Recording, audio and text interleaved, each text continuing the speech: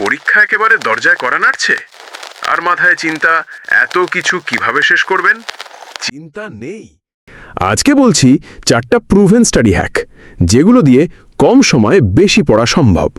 পমোটোরো technique, 25 minute পড়ুন, 5 minute বিরতি নিন। এতে মস্তিষ্ক ক্লান্ত হবে না, বরং বেশি ফোকাস থাকবে। পাস্ট কোয়েশ্চেন্স হলো আপনার শর্টকাট। বেশিরভাগ পরীক্ষায় 60-70% প্রশ্ন রিপিট হয়, তাই অযথা সব কিছু না পড়ে পুরনো প্রশ্নেই প্রাধান্য দিন। স্মার্ট টাইমিং, ভোরে পড়া সবচেয়ে অ্যাক্টিভ মেমোরি দেয়। ভোরের 1 ঘন্টা পড়া রাতের 3 ঘন্টার সমান। টেস্ট ইয়োরসেলফ, শুধু চোখ বুলিয়ে পড়বেন না, প্রশ্ন লিখে লিখে উত্তর দিন। এতে মস্তিষ্কে লম্বা সময় ধরে থাকবে।